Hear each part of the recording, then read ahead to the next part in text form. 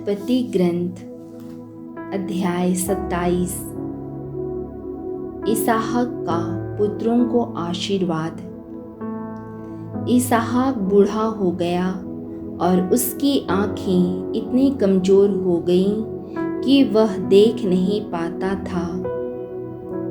उसने अपने ज्येष्ठ पुत्र एसाव को बुलाया और कहा, बेटा। एसाव ने उत्तर दिया, क्या आज्ञा है?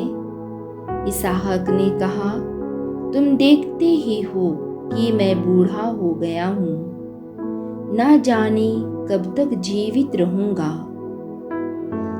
तुम अपने हथियार, अपना तरकश और अपना धनुष लेकर जाओ और मेरे लिए शिकार ले आओ।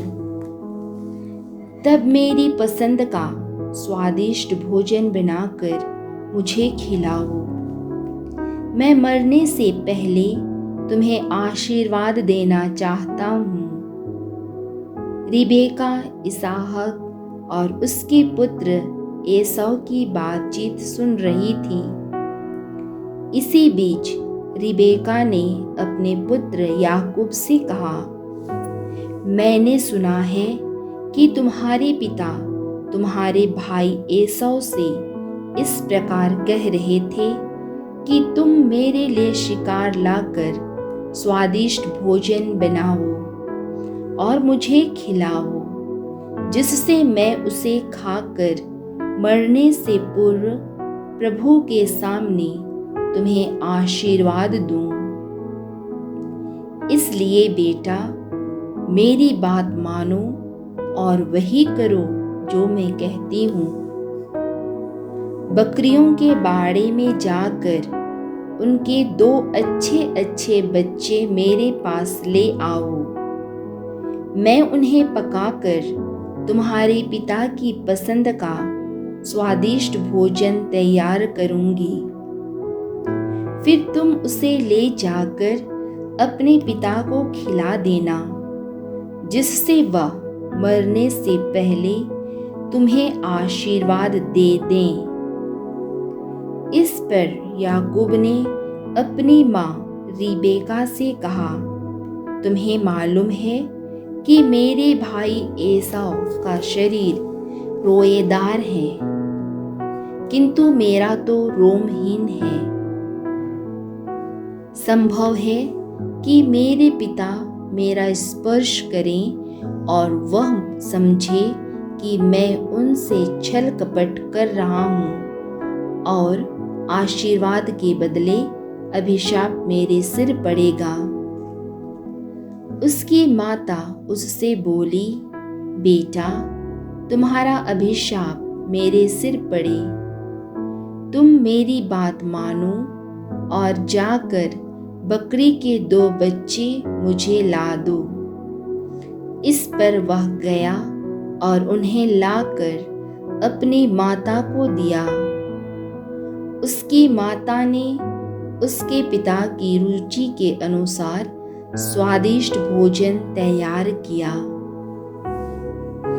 रिबेका ने अपने ज्येष्ठ पुत्र के उत्तम वस्त्र, जो घर में उसके पास थे, ले लिए और अपने कनिष्ठ पुत्र याकूब को पहनाए। उसने उसके हाथ और चिकनी गर्दन पर बकरी का चमड़ा पहना दिया। तब उसने अपने द्वारा पकाया भोजन और रोटी अपने पुत्र याकूब के हाथ में दे दी। उसने अपने पिता इसहाक के पास जाकर कहा, पिताजी। उसने उत्तर दिया, हाँ बेटा, तुम कौन हो? याकूब ने अपने पिता से कहा, मैं आपका पहलौठा एसाव हूँ। मैंने वही किया जो आपने कहा था। कृपा करके आइए, बैठकर मेरा शिकार खाइए और मुझे आशीर्वाद दीजिए। इसहाक ने अपने पुत्र से कहा, बेटा, तुमको कैसे यह इतनी जल्दी मिल गया? उसने उत्तर दिया, यह प्रभु आपके ईश्वर की कृपा है। इसहाक ने याकूब से कहा, बेटा मेरे पास आओ, मैं टटोल कर जान लेना चाहता हूँ कि तुम सचमुच मेरे पुत्र एसाव हो। याकूब अपने पिता इसहाक के पास आया। उसने उसे टटोल कर कहा, आवाज तो याकूब की है, लेकिन हाथ एसाव के हैं। वह याकूब को नहीं पहचान पाया, क्योंकि उसके हाथ उसके भाई एसाव के हाथों की तरह रोएदार थे, और इसलिए उसने उसे आशीर्वाद दिया। उसने कहा, क्या तुम सचमुच मेरे पुत्र एसाव हो? उसने उत्तर दिया, हाँ, मैं वही हूँ। तब इसहाक ने कहा, मुझे अपना शिकार लाकर खिलाओ और मैं तुम्हें आशीर्वाद दूंगा। याकूब भोजन लाया और इसहाक खाने लगा। इसके बाद उसने अंगूरी लाकर इसहाक को पिलाई। तब उसके पिता इसहाक ने कहा, बेटा आओ और मुझे चुंबन दो। उसने अपने पिता के पास आकर उसका चुंबन किया। इसहाक को उसके वस्त्रों की गंध मिली और उसने यह कहते हुए उसे आशीर्वाद दिया, ओह मेरे पुत्र की गंध उस भूमि की गंध जैसी है जिसे प्रभु का आशीर्वाद प्राप्त है। ईश्वर तुम्हें आकाश की ओस, उपजाऊ भूमि और भरपूर अन्न तथा अंगूरी प्रदान करे। अन्य जातियां तुम्हारी सेवा करें, राष्ट्र तुम्हारे सामने झुकें। तुम अपने भाइयों के स्वामी होवो और तुम्हारी माता के पुत्र तुमको दंडवत करें।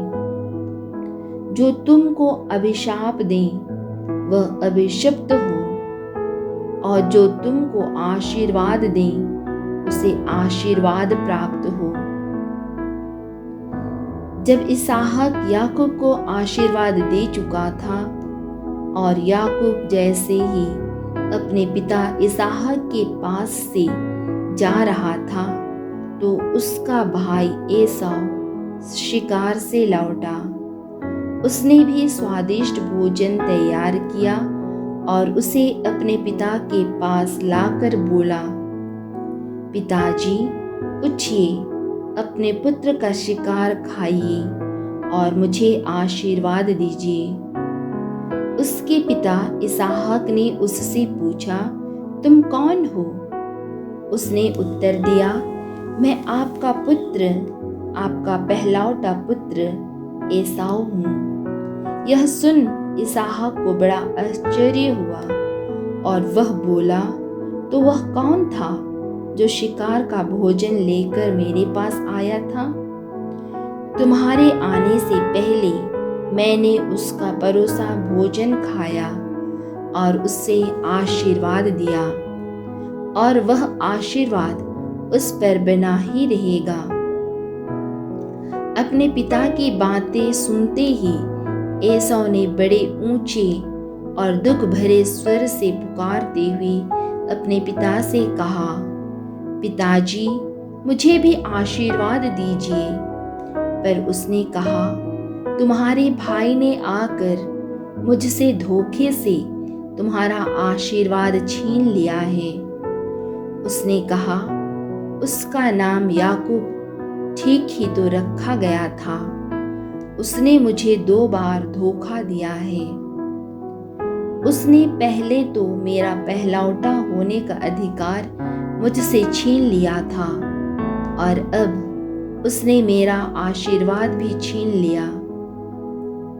फिर उसने पूछा, क्या आपने मेरे लिए कोई भी आशीर्वाद शेष नहीं रख छोड़ा है? इसहाक ने उत्तर देते हुए एसाव से कहा, सुनो, मैंने उसे तुम्हारा स्वामी बना दिया है और उसके सब भाइयों को उसके अधीन किया है। मैंने अन्न और अंगूरी से उसे संपन्न कर दिया है।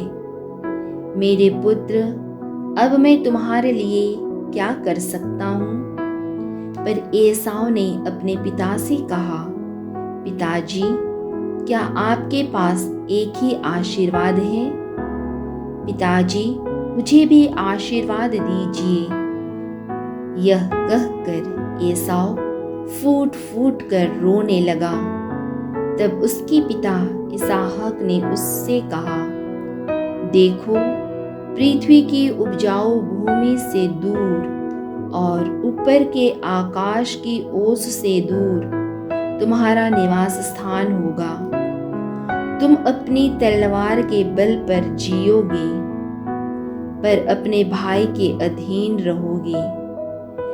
जब तुम्हारा असंतोष बढ़ जाएगा तो तुम अपनी गर्दन का जुआ तोड़कर फेंक दोगे। एसाव याकूब से बैर करता था, क्योंकि उसके पिता ने उसको आशीर्वाद दे दिया था। एसाव ने मन में कहा, अब हमारे पिता के लिए शोक मनाने के दिन जल्द ही आने को है। इसके बाद मैं अपने भाई याकूब को जान से मार डालूंगा।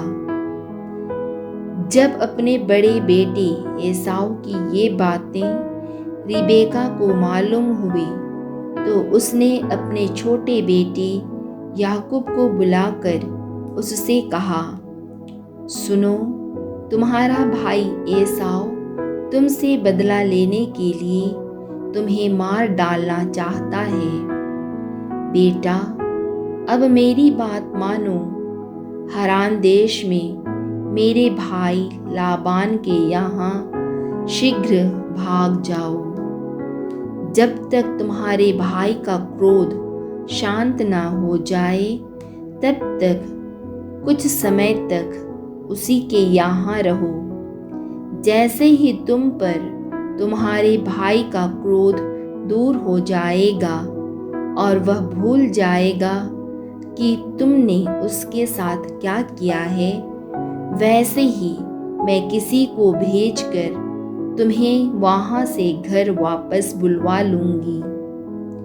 मैं एक ही दिन तुम दोनों को क्यों खो बैठूं? रिबेका ने इसहाक से कहा, इन हित्ती स्त्रियों के कारण तो मैं जीवन से उब गई हूँ।